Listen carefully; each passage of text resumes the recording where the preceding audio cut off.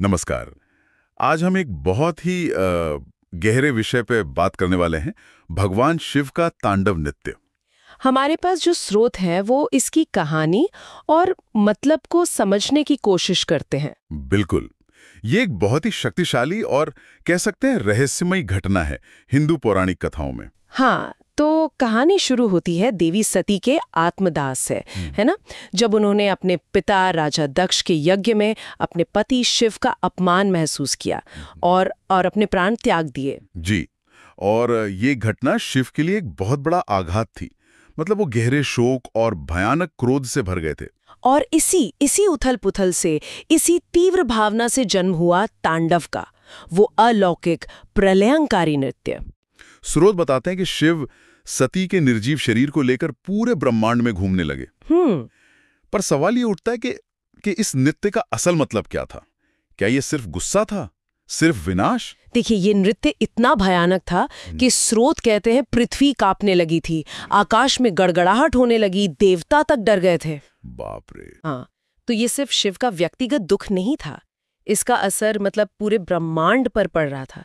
एक cosmic level की घटना थी ये। इन स्रोतों में एक बात मुझे बड़ी दिलचस्प लगी, वो है इस नृत्य का दोहरा स्वभाव। एक तरफ तो साफ साफ विनाश दिख रहा था, जैसे पहाड़ टूट रहे हैं, समय रुक सा गया है, शिव की तीसरी आंख से आग निकल रही है। हाँ, प्रलय जैसा माहौल। बिल्कुल।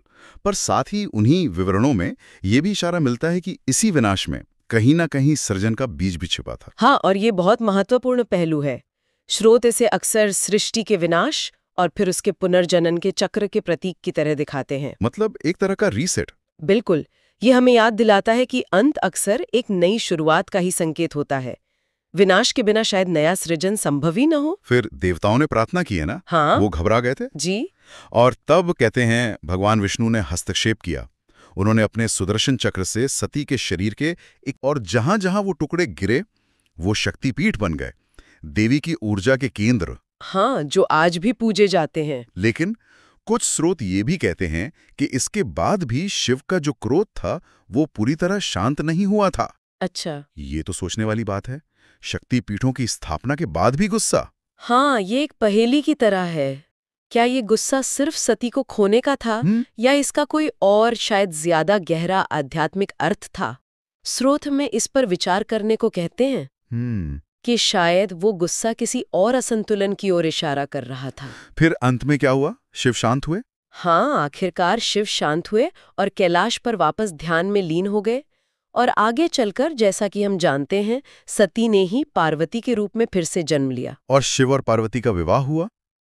तो ये कहानी विनाश से शुरू होकर करुणा और पुनर्निर्माण पर खत्म होती है। बिल्कुल, विनाश और सृजन का संगम। तो इस पूरी चर्चा और इन स्रोतों को देखने के बाद जो मुख्य बात समझ आती है वो ये है कि शिव का तांडव वो सिर्फ क्रोध या विनाश का नृत्य नहीं है। नहीं, बिल्कुल नहीं। ये उनकी अपार रचनात्मक शक्ति का भी प्रतीक है।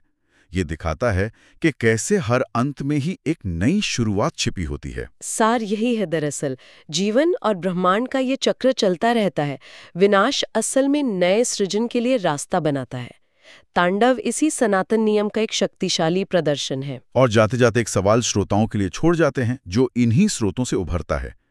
क्या शिव का तांडव केवल विनाशकारी रोष का प्रतीक था या उसमें करुणा और सृजन की शक्ति भी उतनी ही गहराई से, उतनी ही बराबर मौजूद थी? इस पर जरूर सोचिएगा।